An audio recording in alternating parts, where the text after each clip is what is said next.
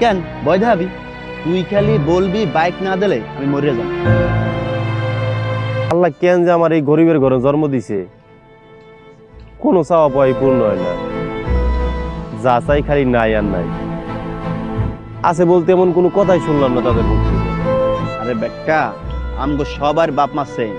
একটা জিনিস যদি একবার চাই 100 বার চাওয়া লাগে। এরপর যদি মনে হয় তারপর একটু চেষ্টা করে দেখ।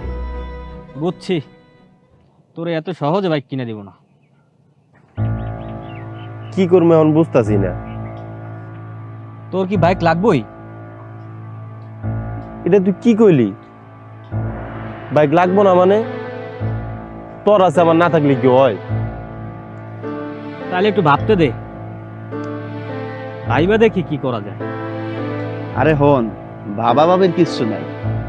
এমন বাপ মার থেকে কেমনে কি আদায় করা লাগবে এটা মোর ভালো করে জানা আছে।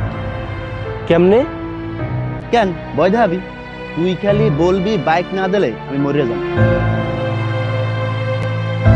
কি কর? যা কইতে আছি একদম ঠিকঠাক কইতে আছি। আমি আমার বাপ মার থেকে এমনি সবকিছু আদায় করে দেব। ঠিক কইছিস, বাপমার একটু ভয় দেখাইলেই যা চাবি তাই দিয়ে দিবি। বাপমার কাছে সন্তানের মূল্য অনেক বেশি তাদের জীবনের চেয়ে। তুই একবারে ঠিক কথা কইছিস।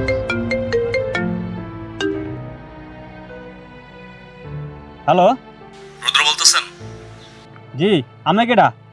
আপনার বাবার নাম কি সুজয় নীল? হ্যাঁ, কি হয়েছে? আপনার হাতে থাকা ফোনটা গত 27 দিন আগে ঢাকার মিরপুর থেকে চুরি হয়েছে। আপনি কি এখন ফোনটা নিয়ে থানায় আসবেন নাকি আমরা আপনার কাছে যাব? আমার আশা লাগবে তো, আমি আইতেছি।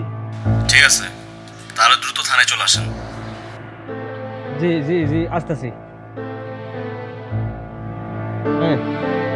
তোরা থাক, আমি এক জায়গায় যাইতেছি। রাতে না এলে কাল দেখা হইব। তাহলে আমার ব্যাপারটা কে দেখবো? যা কইছি তাই কর, তাইলেই হইব। তোরা থাক।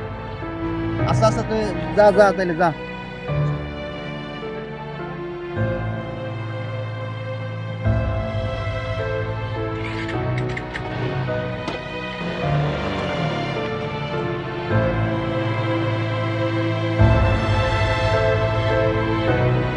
চল যাই।